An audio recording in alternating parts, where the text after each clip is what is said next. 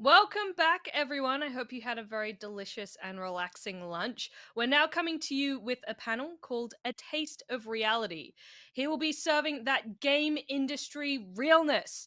We're going to be chatting about the real nature of the games industry, both in Australia and abroad, and sound's place in it.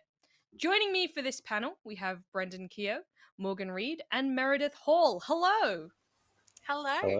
Hello. Hello. So I'll start with Brendan. Can you tell us a little bit about who you are and what your background is in this field? Yeah, sure. So, hi everyone. I'm an academic at Queensland University of Technology up in Brisbane, where it's currently only 120, which I need to get used to now. I research game development and the game industry. I used to teach game design at SAE Academy up here, and for the last 3 years, I've been going around Australia and a little bit overseas interviewing game developers about, I guess, the reality of their day-to-day work. So I'm coming at this as, I guess, an academic for broad view of what game developers in Australia are dealing with, and not as a musician or as a professional game developer. So, and I'll try not to be too pessimistic about everything as an academic. My name's Meredith. I have been in the games industry for about 5 years now, which makes me either a baby or a veteran, depending on who you're talking to at any time. In that time, I've worked across marketing, production, and business development mostly. That's been the core of my focus. But for the past 3 years, I was at Film Victoria supporting local independent devs with projects from all different stages, from prototyping right through to release, as well as in my spare time, which every game dev has spare time. I have been working with a San Francisco-based company called Aconite, and we released our debut title, Hollow Vista, almost exactly a year ago. I can't talk about what I'm working on now just yet, but that is the breadth of my experience, both within those teams and supporting teams through the same journeys. Just quietly going to say that if you're making more games in your spare time, that's not really spare time anymore, is it? No, that's why I air quoted it. And Morgan, how about you? Hi, I'm Morgan. I've been in the industry for maybe 12 years. I'm not good at remembering numbers, but I started out as an animator, and when I moved over to Mighty Kingdom, started doing the sound as well, and sort of kept doing more and more sound and less animation until I, about 5 months ago, decided that's it. I'm just doing sound, so that's what I'm doing: sound and music for video games. Was there a reason you decided to move away from animation and into sound, or it just kind of those were where the opportunities were? Uh, I I was the only person doing sound, and we had 9 other people doing animation. I thought that sound needed to be focused on a little bit more in our games, as we're building more of a library of stuff that we're putting out. So yeah, I just decided that now is the time to focus. Awesome. So throughout this panel, I highly encourage the audience to get involved. One of the benefits of a virtual event is that it is, in fact, very easy for you to chat, drop any questions that you have, and get answers to your very particular interests. So if you've got anything you'd like to ask, please do. You can do that by clicking the little ask button down below in the chat. And then you can just type in your answer, and you can also go and look at questions that have been submitted there and upvote the ones that you are also interested in. This is a panel, so we do have a lot of time to talk through a lot of different things. So I very, very highly encourage you to get into that ask right now and put in anything that you want to know. But to kick things off, how do you each think the industry is perceived by those outside it? What do you think is the largest misconception about the Aussie games industry, and what is the biggest truth? I'm going to go to you first, Meredith. I think when it comes to those external audiences, it really depends on how well they know the language of games in general. There's a lot of people who I think have reached a point of assuming that games are something that are part of our lexicon and they're going to be important, but they're not really relevant to them. And I always have this saying when I talk to people who are like, oh, I don't play games and I'm not a gamer and there's no, is there an industry here? Is that the right games haven't found them yet? And I think it's the same way with the language. A lot of the time we're not speaking to those external audiences. And therefore the misconception becomes it couldn't possibly be happening here. They don't know that those local developers are existing and bubbling away under the surface and developing a whole bunch of different things until they meet someone or have a conversation with someone that leads them down that path. Yeah, I think it can become a little bit of a bubble, right? When you're within the games industry, that you see all of it, so you just think, oh yeah, it's huge, and there's all of these people that are aware of it because all of my friends are aware of it because all of my friends are in the games industry. Exactly. Yeah, absolutely. How about you, Morgan? What do you think is the largest misconception about the Aussie games industry and perhaps the biggest truth? I think the greatest misconception is maybe that it's super duper fun and you have to be really, really nerdy and you just sit around playing games and yakking with your friends the whole time and drinking energy drinks. And I think that's the outside perspective, not from within. I think the biggest truth is that it's become a much more inclusive industry. When I first started, it was a sausage fest, and now it's at Mighty Kingdom we're getting towards parity amongst the sexes and it's the genders, sorry, and yeah, it's just becoming more open and there's more stories being told and it's a lot more interesting because of that. Um, that's the biggest truth that I see from where I'm sitting. Yeah, awesome. And Brendan, what's your perspective on this one? Yeah, I guess the main one is that I think quite often people outside the game industry think people are making a lot more money and have a lot more resources than they actually do. And that's kind of the game industry's own fault a little bit. We love to talk about how much money the game industry makes anytime you see a newspaper article or academic article about games now make billions of dollars. They're bigger than film, they're bigger than music. Stuff you guys, we're legitimate art now because we're all rich. And like, but like it's become is like that money, like there is a lot of money, a lot of that is very, very heavily concentrated in a very small number of North American and Chinese companies. um, the vast majority of developers don't see that money, and the vast majority of developers in Australia but also around the world are working in much more precarious, much more unpredictable, much more unreliable, small scale situations, just like musicians, just like writers, just like dancers, just like creatives in every field. We like to talk about how games are art, but what that if games are really art, that means most of the people who make them are very poor, and we often are very bad at communicating that. And people outside of games see it more as a sexy tech space, so it's seen as very lucrative, very entrepreneurial. What I think is true about the games space, especially in Australia, which is great, is how open, collaborative, and friendly it is. I think the AAA industry historically has been seen as very secretive, very um, you can't talk to anyone or in another company or else you'll get fired. But Australia, especially since the industry changed radically after the global financial crisis, has got a real reputation as being really friendly, really collaborative, really, I guess, generous with time and resources, which is definitely true from what I've seen. So, yeah. That's a great picture that you paint. I love it. Hmm. Are Cool. most composers working freelance or do part-time or full-time jobs exist? Anyone can jump in on this one. I would say from most of the conversations that I've had with developers, most of these small teams, sort of like what Brendan's describing, are very small teams of people that are doing this alongside day jobs or alongside other work. And that means that finding someone that is able to embed and pay a full-time composer or a full-time audio designer is really, really hard. So those larger studios end up being the ones that have space for that and often don't have requirements to have teams of 5 or 10 or 20 of those people. So most of the engagement that comes through or came through Film Victoria's doors at least was very much with freelance composers, freelance audio, some here, some all around the world, being able to jump in and use 2, 3, 4 projects in order to supplement an income and to make a living.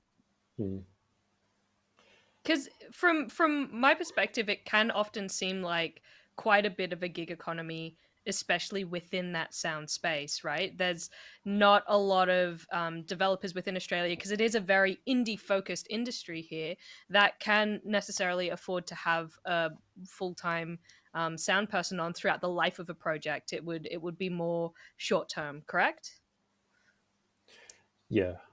From what I've Yeah. seen, Sorry. sorry to jump in, Please. a lot of the people I've seen who are doing the music in the small teams, they're also doing something else. They're also a programmer or an artist, and it's these T-shaped individuals who can just really just fill a gap. Oh yeah, I can also do music. It's how I got into the music. So yeah, it's hard to find purely composers in the industry because there's always someone who knows someone or someone who can do it themselves. Did you have a background? Oh, did you want to say something, Brendan? Oh, no, I think that covers it. Did you have a background in music, Morgan, when you started doing the sound that you're doing now, or did you just dive in? No, I had years and years of playing in lousy punk bands and making bedroom music, and just twiddling away in my bedroom on synthesizers and recording devices and anything I could grab hold of, and not really thinking I could ever do anything with those skills that I was accidentally acquiring until this came up. I love that that's so often a thread through conversations that you have with people. It's always, I had this little skill that I just kind of didn't think of as being anything, and then all of a sudden it became my main gig, and I'm not really sure how. Yeah. Can you realistically work solely in games as a musician? Can you realistically work solely as a musician anywhere? That's a solid point. Sorry, I said I wasn't going to be pessimistic. No, but I think it's the realistically part of that question. It really depends on the kind of life that people want to construct for themselves. And I think that there are some really incredible composers and musicians that have built up a relationship with the industry all around the world, and have built up enough of a profile as being someone to go to for that now has enabled them to make that their full-time job. But often they're not just doing it in games. They're, maybe they play in a band as well. Maybe they're working across film. Maybe they're working across TV. There are a number of different spaces that they're engaging with, not just the games industry, which often leads to a much better breadth, I think, of understanding what different games and different projects might need. So absolutely, there's a realistic way to pursue it. It just depends. Is it the only thing you want to be doing, and is it just in games? And what does that look like? And what do you need in place? And what structures do you need around you to support that as well? Yeah, I think to Morgan's point before about the T-shaped individuals, very few of the small teams can afford to hire someone that can only do one job. So I think having multiple skills you can bring to the table or multiple places where you are able to use your music skills, including games, is probably the more sustainable way to approach it. But I guess also just think of it not just as a job, like going into games and finding that job and then starting doing it, which is exactly what I would tell like game development students as well. Don't just wait till you have a job in game development before you start making games. Just like you wouldn't wait till you have a job as a paid musician before you started writing music or playing the guitar. So like get involved in the local community, get involved in the scene, find like small scale projects you can collaborate on or work on your own weird ones in little software you can actually access. And it's to kind of make it more likely those random stories like Morgan's and everyone's is more likely to happen, I think. I feel like implementation is one of the areas that is really a point of difference for games, right? Like a lot of other music that you may be writing, you really just need to write the piece of music. But with games, there's also the sound design aspect, which could open a lot of doors for people that want to work in an audio space. And then the implementation is essentially programming on top of that. Do you think that focusing on implementation is a viable way to get yourself ahead, or do you think that it's more important to build that name of being kind of a really go-to name in terms of composition and music? I might jump in on this one. It's definitely going to help if, like Brendan said, smaller teams are going to want someone who can just come in and slot everything in to the program and do it all themselves, test it themselves, play it, make sure everything works. From my perspective, I've wasted a lot of time trying to work out how programs work because I'm not a programmer, and the programs will say, yeah, just do such and such, do that, and then it's all done. And I just break it. So now I only do the music. I get somebody else to set it up. I only do the sound and the music, get someone else to set it up and then test it afterwards. But definitely if you have the brain that can implement stuff into the game, it will really, really help. And you'll also be able to make stuff on your own and experiment more and test things and just, it would help. It would help. I don't do it. I do think that relationship building, though, is a massive part of it, specifically for, I guess, what I would call more niche roles, in the sense that there are less people that are actively doing them. Because I think when you're working in a space like audio, often developers will occasionally forget that they even need to think about audio, right? And they'll get to a point where they go, oh my God, we need this kind of audio for our game. And they go searching. And if they can't find you, or they don't know what kind of work you do, or how, or find a portfolio in the same way they would find a portfolio for another developer of another kind, I think that is a real stopping point. That is a really difficult thing to work past, because they don't want to go through the work of reaching out and asking you for that information. And on the flip side, if you're sending the email to them and they're 3/4 of the way through the project, or right at the end, they're going to have so many things going on that they may not even be wanting to look at their emails at that point in time. So making sure you're available and visible in that way is actually really important, I think, in order to be ready for those opportunities when they come up, and to be one of those front of mind people when they're around. What can people do to enhance their visibility, particularly within the Australian industry?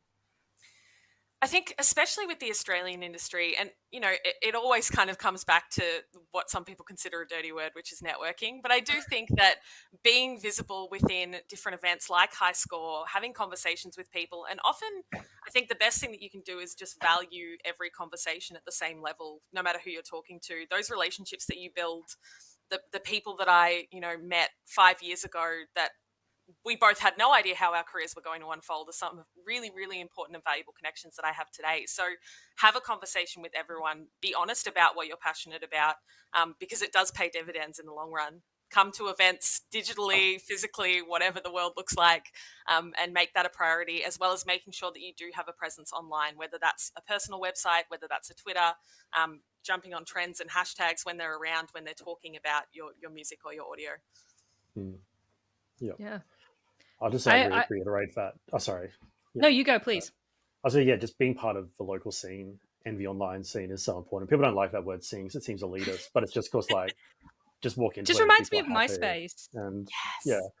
and you just got to be involved, because you just need to be one of those people think of when they're like, oh, who do we know who's good at that?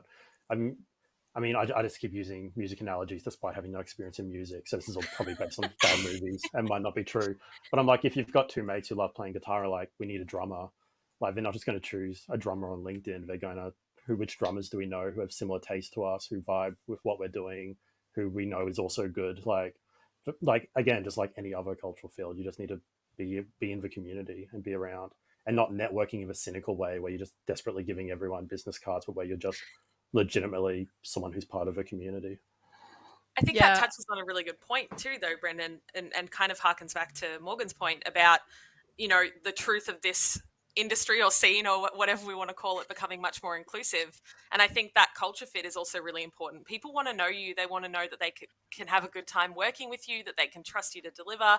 So they're going to also be looking for what your experience has been like on other projects, and how people like to talk about working with you. So building those trusting relationships and releasing things, or where you've done the music, whether it's a tiny game with a couple of friends, right through to bigger releases, that stuff is just as important. Mm-hmm. And I would also say the Aussie industry is small, so if you're not good to people, word may spread and spread Absolutely. quickly. And I also always think about the fact that it's really important to treat people well at all times, because don't ever think that you're bigger than someone else and that you don't need to give them the time of day or be polite to them. Obviously, we're all busy people. We all have limited time. You can't give all of your time to everyone, but there's a difference between being rude and dismissive and being kind and living in the reality that you do have limited time. And I would say don't ever be rude to someone because you think that you're worth more than them, because they very quickly could become someone that you're trying to get work from. So and that's how it goes in a small industry.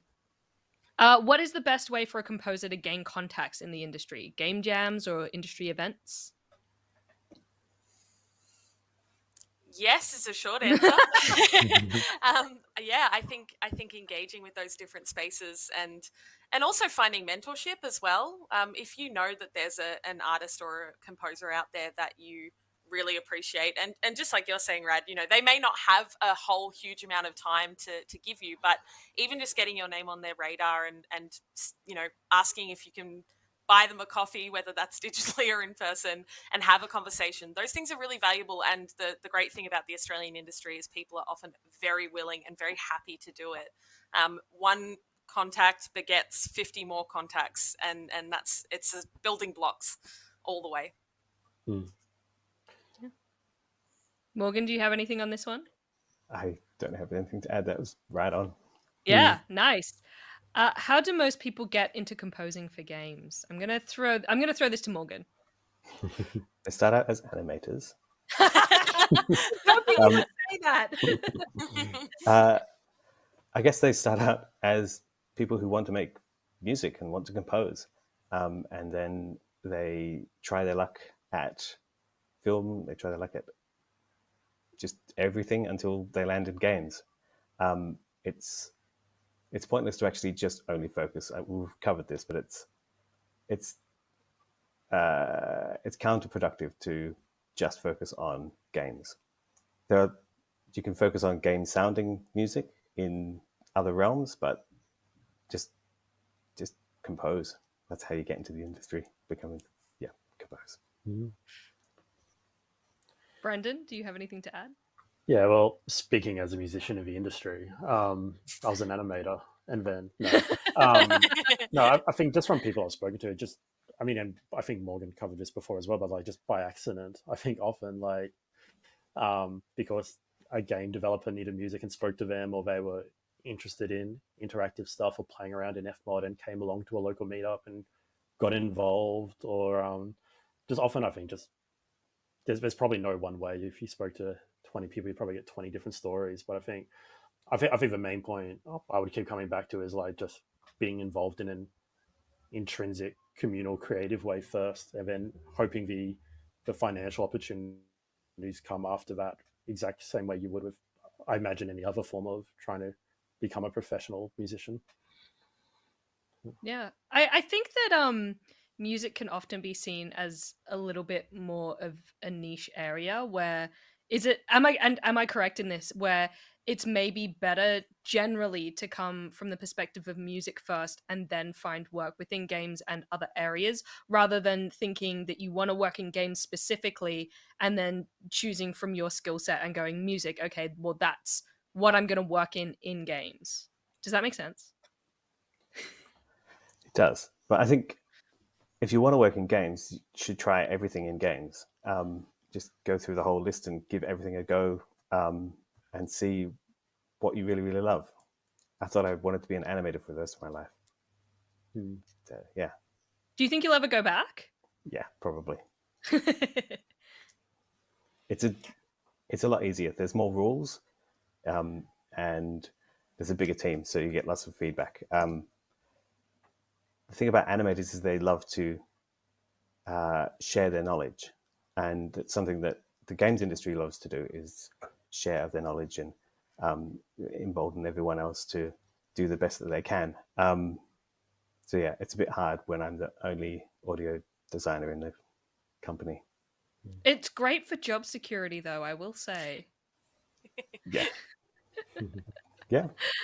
Yeah. Any advice? Can you give any advice to someone trying to score an internship in the industry? What should your portfolio look like? Sound like? Yeah, true. What should it sound like, Meredith? I think that's a really tricky question, and it kind of again begs that question of, are you working in music or are you working in games? I think if you're someone that wants to work on a variety of different projects and a variety of different styles, then create a bunch of music in a bunch of different aesthetics. If you feel like you have a particular affinity or knack for one style, or one sort of genre space, then lean into that. But I think being clear about what your objectives are, and not counting yourself out as well in terms of those internships. I know it's really difficult, and I would suggest that sending the emails towards the end of dev cycles to small teams is a really tough way to try and have those conversations. But I think sending emails saying, hey, I would love to engage with you, work with you. Here's a link to where you can hear some of the things that I've done before. Here's a brief, couple of dot points of me talking about what I did on those projects or on those pieces.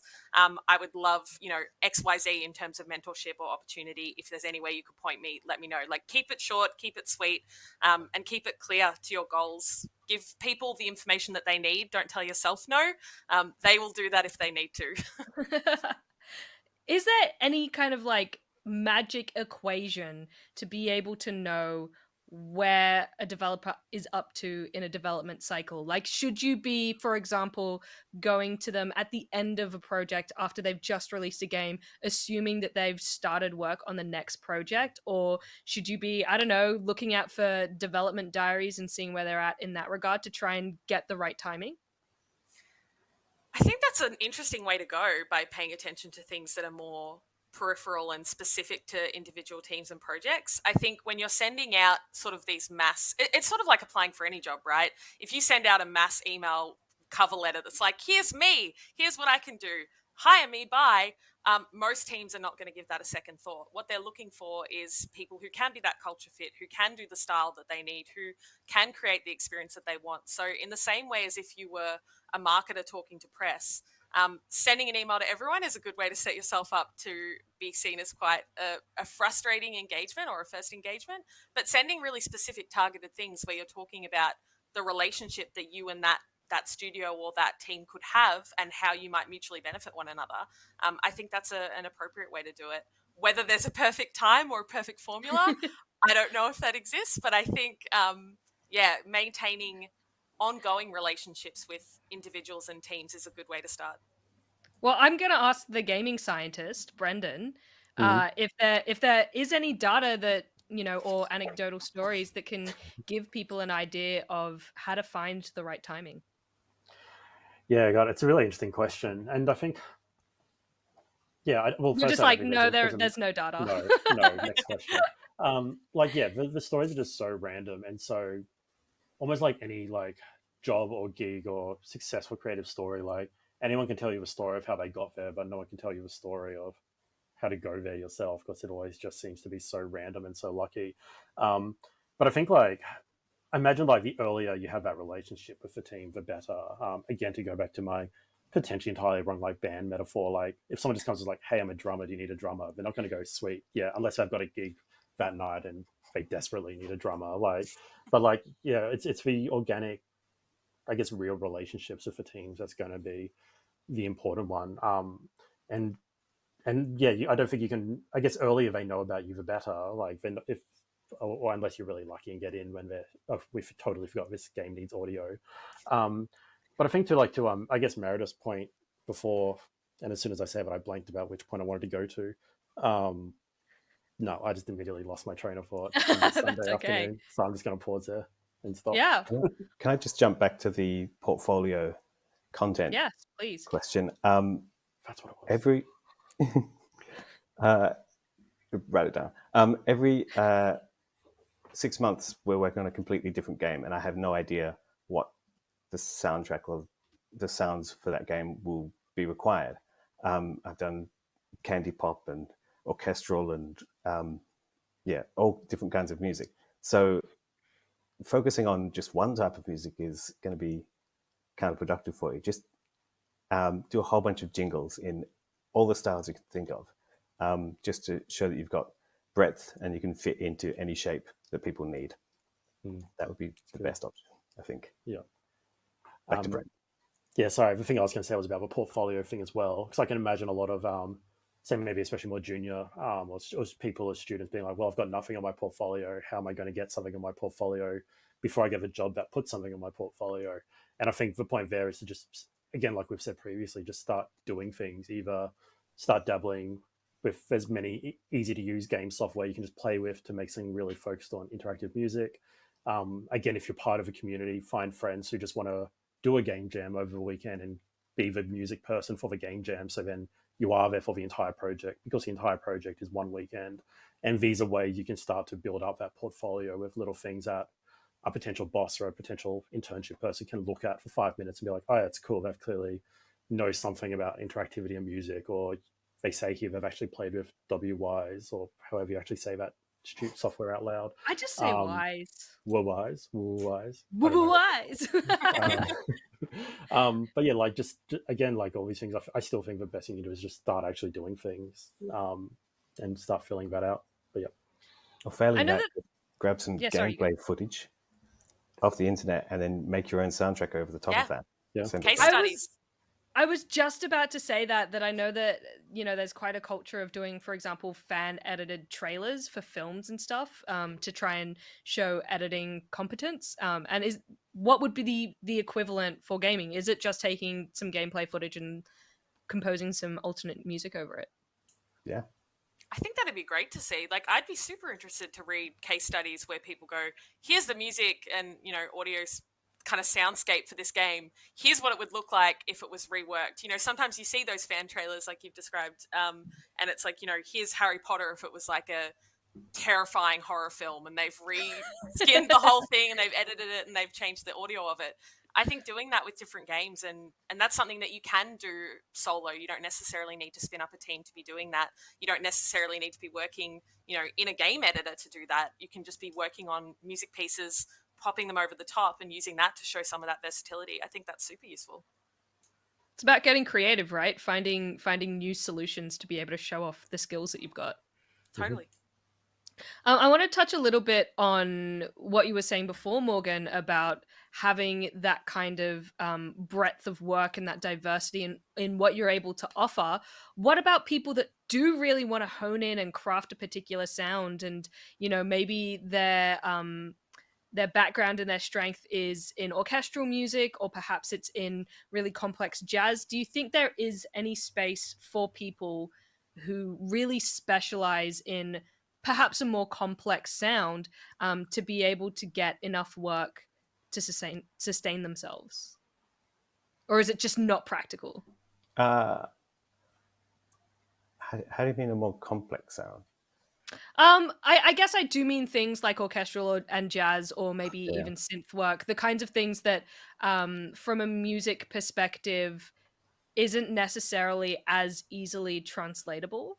Mm-hmm. So, for example, when I think of this stuff, I play guitar, I play a bit of keyboard, and guitar is really transferable, for example, to bass, to ukulele, to banjo. Once you understand that instrument, you understand a suite of other instruments, but it's not necessarily transferable to keyboard as much. And the styles of music that I learned to play through those instruments also aren't necessarily able to be extrapolated to classical orchestral music. I would not know how to do that well. So, how much space is there to specialize? I guess you could give it a go, and see what happens. But I think it would be more practical to try, if you want to do jazz or orchestral or anything that's really, really technical in one particular genre, don't just stick to games. Try it everywhere. Because if that's what you love, if making that music is what you love, then just make that music. And don't try and get into games until you accidentally get into games. But I wonder if that natural progression too would happen a lot, where, you start out with a really diverse portfolio, you're hired to do a specific style, you do a great job at that style, someone else sees it and hears it and goes, oh my God, we'd love to have you in for this game. And slowly but surely you end up amassing a more niche portfolio anyway. Just like Brendan was saying, and I know from Morgan's experience as well, like a lot of us came into games thinking we were going to do one thing and ended up right at the other end. So I think the same can be said for what resonates with the community that you're working in as well over time. And that wasn't meant to be a pun, but I'll take it. You know what? I started out like as a teenager thinking that I was going to be a musician. That's what I wanted to do and was working towards for a really long time. And then somehow ended up being a TV presenter in games. So life can just take you places. Who knows? Yeah. But just give it a crack, hey? How transferable are the skills between a film and a video game composer? Great question. I would imagine it's close to one-to-one. I mean, it's just making noise. So, but more more importantly, it's making noise that somebody wants to hear in their art. You're working in a team. You're not just by yourself making the music. You've got to relate to people. You've got to listen to what they're saying. You've got to take the feedback, ask for the feedback. And that's important in most artistic industries when you're working in a team. So yeah, it's pretty much one-to-one, unless anyone else has any.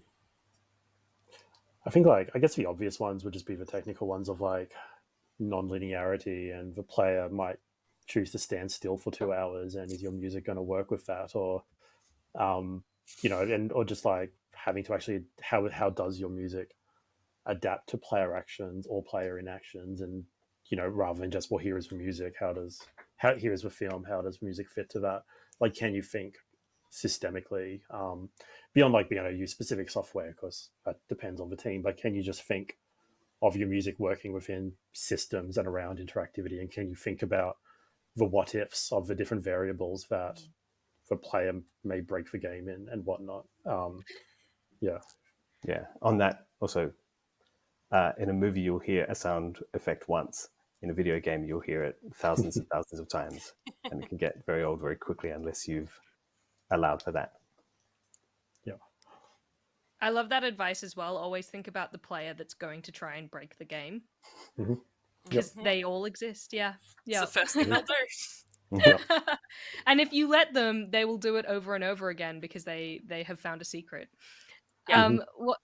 What do you think the industry's relationship with sound is like overall? Do you think that it's highly valued and it's, something that's focused on and it's valued enough, or does it fall by the wayside quite a bit? I think the Australian industry, to a large degree, has not had a habit of letting it fall to the wayside, but I think it's one of those things that feels like safe or easy to forget when everything else is kind of knocking on your door in terms of development and production. But I think a lot of teams do tend to leave it a lot later than they should. Even just in that single conversation there are sounds that you will hear hundreds of times in an experience. If you wait and you can't find the right sound, but the core of your gameplay is connected to this one interaction that your player is doing, you've potentially set yourself up for a pretty unpleasant experience. So I think a lot of teams locally, I think internationally as well, there'll be plenty who are exactly the same. But I think around the world now, we're seeing more games that are using music and audio as the actual core of the experience, or as key to the experience, or even key to the gameplay. I think that's causing a shift in the way it's respected and the way it's viewed, but I don't think all teams are there yet. I think the reason why I left animation, stopped doing animation, is because no one was focusing on the audio early enough or with as much passion as they needed to. I think a lot of tertiary education in game design teaches maybe a week or two of, here are the sites you go to get the free game sounds, and that's where you plug them in. And so that's what people know.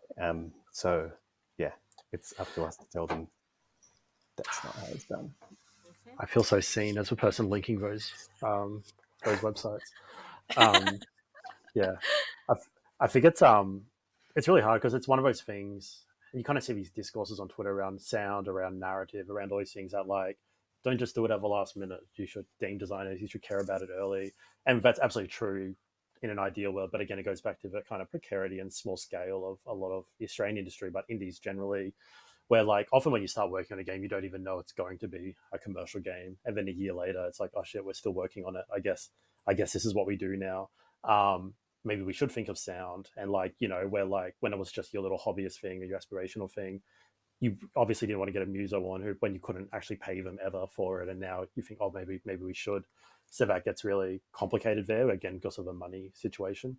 But also I think on the, like, as to Meredith's point, I was going to say something similar around getting projects where music's the core and games are kind of the add-on is kind of an interesting thing that can happen more. And something we used to do when I was teaching at SAE, we realized the music students from the music and sound degree were always coming onto games projects to provide music, and they were very much working for the game students. And we're like, this is very one-sided. How can we get the game students to work with the music students sometimes as well. So it actually isn't always that one way. And we started doing this like interactive music video kind of project. And you see that around a bit. There's I've blanked on his name. We put it together, but the King Gizzard and the Lizard Wizard, that Mars song where you shoot all the rats for like Doom Clone game. I'll find it and put it in chat in a minute. But like you're seeing people make games, making interactive games for that are based around a song, not the other way. And I mean, if you've got some music, get a game designer friend to make a game for your song rather than make a song for their game, and try to turn the tables a little bit. Yeah, I think it's really important to remember that Tony Hawk Pro Skater 1 and 2 weren't actually skating games. They were jukeboxes that allowed you to skate while listening to the compilation of songs that they'd put together for you.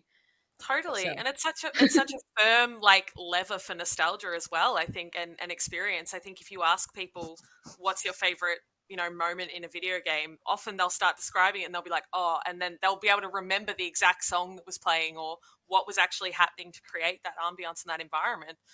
So it doesn't necessarily come front of mind during development, but for players especially, that is such a core part of the experience. There is a reason that the soundtracks have, millions of listens on Spotify and are being uploaded more and more by different teams. And you've got games like Sayonara Wild Hearts, where again, it's the core of that experience. So I think we're going to see more and more of that over time. I'd certainly hope so. On game jams in Australia, do they only happen in that January weekend, or are they more frequent? How do we find these? Itch is a good place for game jams. They are running constantly. You can run your own. You can create whatever angle you want people to be exploring.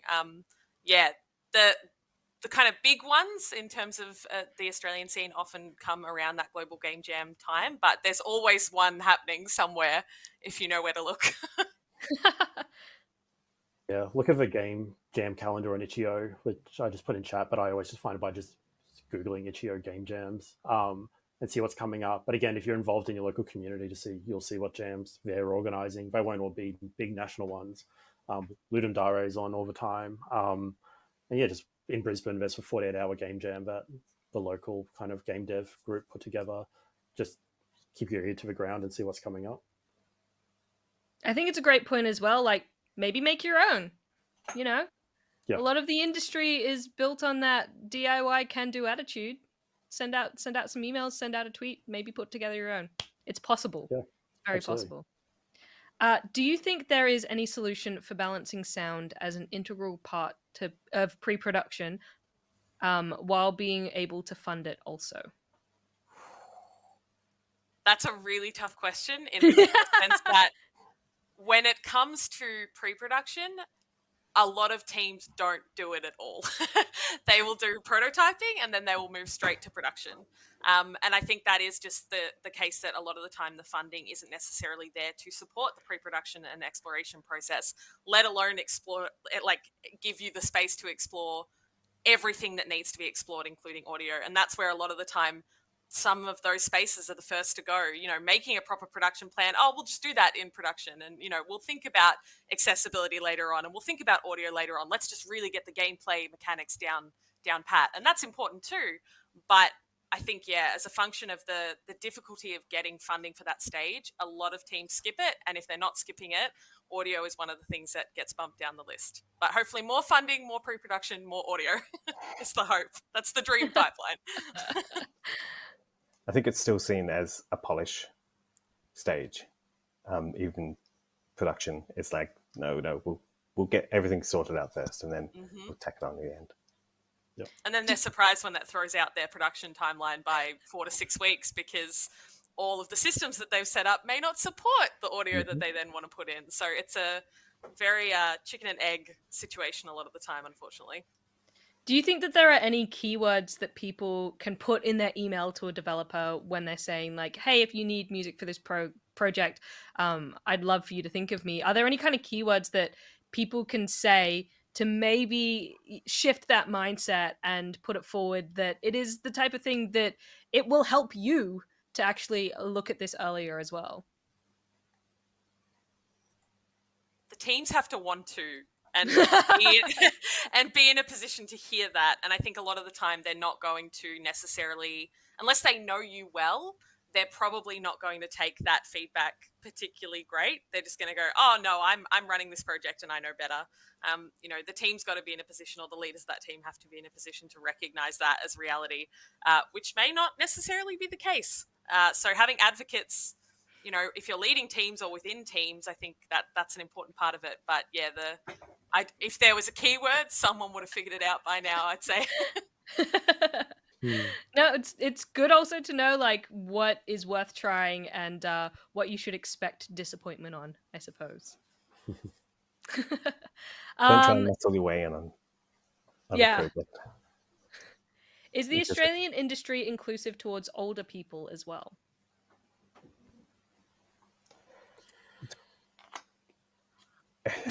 From my perspective, I guess I would be an older person. I would say yes. Do you feel included? Yes. I don't get all the in-jokes, but I feel included. I'm here. So yes, I'm included. Speaking for the older person community. Yeah. Yeah. Back in my day.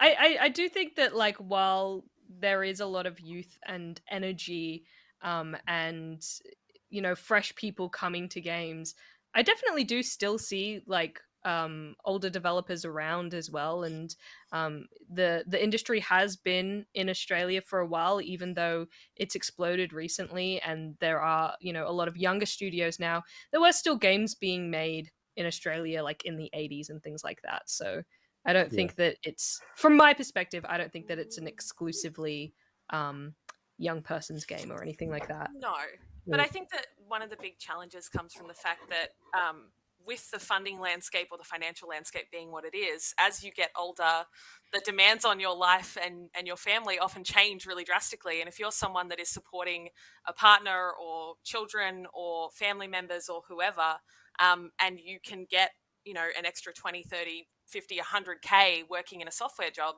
that's a really hard thing to turn down, even if you love what you do. So I think part of that is it's not at all that there's not room for those people. It's that what people's lives demand shifts and changes as they grow older, or as they have different needs, whatever those look like, and that can have a big impact on who isn't in the room, and something that we all need to work on. I think that's a fantastic point. And it's an issue globally for game industry. The average age of a game industry has been perpetually about 30 years old for a very long time. There's I said this in my GCAP talk back in 2019, I think, and I think everyone over 30 in the room felt really grim about it and kind of felt bad. But like, there's a cliff at 30 years old, and like the number of people in the industry after that just drops dramatically, which is just, considering the industry's been around for longer than that, is a concern. And that comes down to things like in AAA and the larger companies, crunch and extreme working conditions. In the indie space, exactly as Meredith said, it's already quite limited who can take the risks of trying to make it as an indie, even when you're young. But who can do that gets even narrower once you have a mortgage and kids, or you start having to actually think about maybe you should get health insurance before the government screws you over for not having it, as I have realized recently. But it's another story. And like in the 2020 IGEA, Australian game industry snapshot, it was like 51% of Australian studios are 5 years old or less, which a lot of people saw as a really exciting thing. Like, look at all this new stuff happening. And whereas I see that as incredibly grim personally, where in terms of like, why are there so few companies that have been here for less time than that? The GFC, we can't blame the GFC for that anymore. The GFC was, over a decade ago. So what happened to all the companies that excitedly started 2011, 2012, when Kevin Rudd was starting to give a bit of money out and whatnot? So like, it's a very high stakes, unpredictable, risky industry. And I'm doing the pessimistic thing. It's hard to stick around. But I guess an optimistic kind of thing of that is, in terms of being able to make money in other industries as well, there are a lot of game industry companies in Australia we don't often think about who are doing really interesting work, not just in entertainment games, but are doing like client-based games or doing advert games, education games, and all that kind of stuff. And they're all over the country. We often don't think of them when we think of game companies, but they're more financially stable a lot of the time, and they need audio as well. So, try to find some of those companies as well, perhaps. But there really is quite a strong parallel between games and music in that way, I think, in that, everyone wants to live the rock star dream of working at the indie studio that they have a lot of stake in, that, does the next Untitled Goose Game, and it just explodes, and it's their project that they poured all their love into. And, the equivalent of that is being an artist who is a solo artist or in a band that's theirs. But often a lot of the work is in those spaces that might seem a little less sexy, of doing, client-based games, or private games for companies that want to achieve something, or an educational game. And likewise for music, often that can be like writing jingles or writing production music, which can sometimes mean that the work is there, but the expectation, I guess, maybe is a little different. Yeah. Is it hard for composers to get equity in a game? I find the time put in pales in comparison to the devs. What's a fair percentage? Does anyone know? That's fair. That's a tough one. And I mean, even the equity conversation, I think, in general, for a lot of different people involved on teams, a lot of studios don't necessarily know how to have that conversation either, and they don't know what a fair percentage is to offer you, or to not offer you. And so there's a lot of reticence on all sides when you're negotiating those kinds of things. So I would have no idea how to approach it. I would say, speaking from one of the earlier sessions that we had today, maybe consider engaging a lawyer who specializes in those spaces, and they're going to have, at the very least, they would have seen a couple of contracts and things like that, and they might have a better idea of what you should be asking for, and they'll be acting in your interests as well. That could be a solution or a route that you can go. How do I search for indie developers to approach for work? Is Twitter a good option? I think if you're searching for them, it's already not a good sign that they're going to say yes. Like from our previous conversations, be part of it. You should just already know them because you're part of a community and you're around. And I think, yeah. Be in the ecosystem, and like knowledge share as well. People are always interested in what other developers are working on and what that looks like. So you putting up something about, a cool technique that you found, or a new piece of audio that you're excited by that you've put together, and just sharing that stuff and keeping that consistent and continuing to exist in that space, like Brendan is saying, I think is a far better approach than trying to kind of reverse engineer it, I think. Yeah. I love that idea that putting your work out there is also probably a better way to go about it than being a reply guy, because that probably puts people on the defensive a little more than if you're just going like, this is work that I do and it's really great and I'm just putting it out there to everyone, rather than like, hello, it's me again here. People sniff that out. Like they're at their local game dev drinks with their mates. They've been crunchy and they just want to hang out with people they know in game dev. They don't need someone coming up and just like shoving a business card under their nose. Or as one dev told me, like you can smell it when like they're coming up and just doing that kind of cynical networking. For people who are very happy to be inclusive, to make new friends, to find out what cool stuff is going on, are also going to shut down the second they think you're just there to benefit yourself with a gig.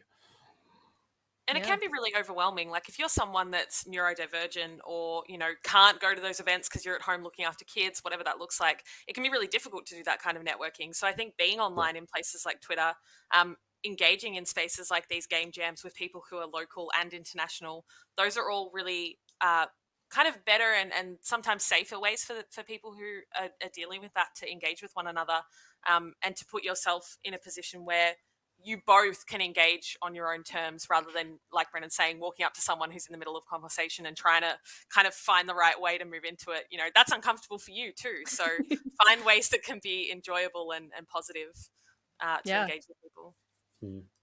And my networking advice will be, everyone likes you a lot more than you think they do. All of us always have anxiety that everybody hates us and that we're being annoying. But if you think that, it just makes you more awkward, and then it becomes a spiral. Everyone likes you more than you think that they do. It's okay. You can go up and say, hey, just be friendly. And, I from my perspective, the Aussie industry as well is a pretty friendly space. People are generally pretty willing to have a chat with whoever walks up to them as well. Definitely. Yeah. And like appear in their DMs. I know it sounds kind of wild, but like the first like year or two that I was in the industry, I would have never been able to walk up to some of the people that I sent a message to and been like, "Hi, I'm really struggling with this element of development. Can we have 5 minutes to discuss?" But I was able to send them a message and be like, "Hey, like I know you have experience in this. Here's the thing I'm struggling with. I would love to have 5 minutes of your time, or if you can point me in the direction of anything, I'd be really appreciative." And people were so lovely and wonderful, and you'll find that over time people continue to pay that forward. Yeah. So yeah, if you're too nervous to do it in person, there are other ways, as long as you're being genuine and kind and respectful of people's time. Yeah. I think you want to be in a position where they think of you, not where you're approaching them because you're already around. Sorry, Morgan. No, I was just agreeing wholeheartedly with you. Yeah. Do you think that the Aussie industry is an inherently competitive space, or do you see it as being more collaborative? I think I don't see it as a competitive space at all. I think it's we're definitely, everyone's here for the industry. So any win by anyone is a win for the entire industry. So just go ahead and ask people, and they will share their knowledge with you because it helps. It helps us that you're doing well. It's highly collaborative. Like when I was talking to game devs all over the country, like everyone's just always talking. Everyone knows what everyone else is doing. Everyone's super friendly. Some people definitely feel on the out because they're watching all the Melbourne devs on Twitter talk about some personal drama and they don't know what they're talking about and they get FOMO. But really, like if you just went to Melbourne, they would all chat to you anyway. So like, it's super supportive. And the fact that like the way I think one studio owner explained it to me is like, if someone else releases a game on Steam the same day as you and it goes off, it doesn't mean people aren't buying your game. You're not competing over physical space at EB anymore. You're like, if their game goes off, sweet, that's more people who are logging into Steam who might also buy your game while they're there as well. And there's a real like rising tide, all boats kind of thing that goes on in Australia when everyone's indie. And you could tell, like, I think like Meredith at the start saying you're working for like an American company, so you can't say what you're talking about. Like, of course, that's not an Australian game then, because you wouldn't have to say that if it was an Australian studio. Like doing my interviews in Australia and doing my interviews in Montreal, even with indies, was just radically different. For Montreal indies, because they had all these big, massive AAA companies around, they kind of like absorbed that same kind of secretive culture of like, oh, we're working on a new project, but I can't tell you about that. Whereas I'd walk in a League of Geeks and Trent would just be like, oh, there's our sale numbers on the wall. Here's this unannounced prototype thing we're working on. Oh, by the way, don't tweet that, please. Like, honestly, like, the number of times I've heard the term friendier, Yeah. where like, indies will just tell each other like what they're working on and all of these details, and they'll be like, "Oh, this is all under friendier, by the way." Yeah. Yeah, exactly. It's because like Well- Ubisoft has no power over you anymore when you're making games with your own money to put on a platform. They can't tell you to be quiet, so why be quiet? Yeah. Well, that's all the time that we have. Thank you so much for all of your insights in this panel. If people want to find you and talk more, where can they do that, Morgan? I don't know. I don't really have a place where you can come talk to me. We've been talking about networking and being open and friendly. I don't know. I just you're in your secure job. You don't care anymore. I should work down the street. Put a note down. I should work on that. They can go check out Mighty Kingdom. Yeah. Yeah. There you go. Meredith, how about you? Well, I'm unfortunately perpetually online, so I have no good excuse. Mary H with 2 R's and a Y and a H on Twitter. That is kind of the main place, or just add a .dev on the end and you'll find my website. So pretty straightforward. And how about you, Brendan? For me, I also Twitter, just BRKEOGH. And you can find me anywhere else via my Twitter profile. Wonderful. Thank you very much. We are now going to take a short break, a 10-minute break. We'll be back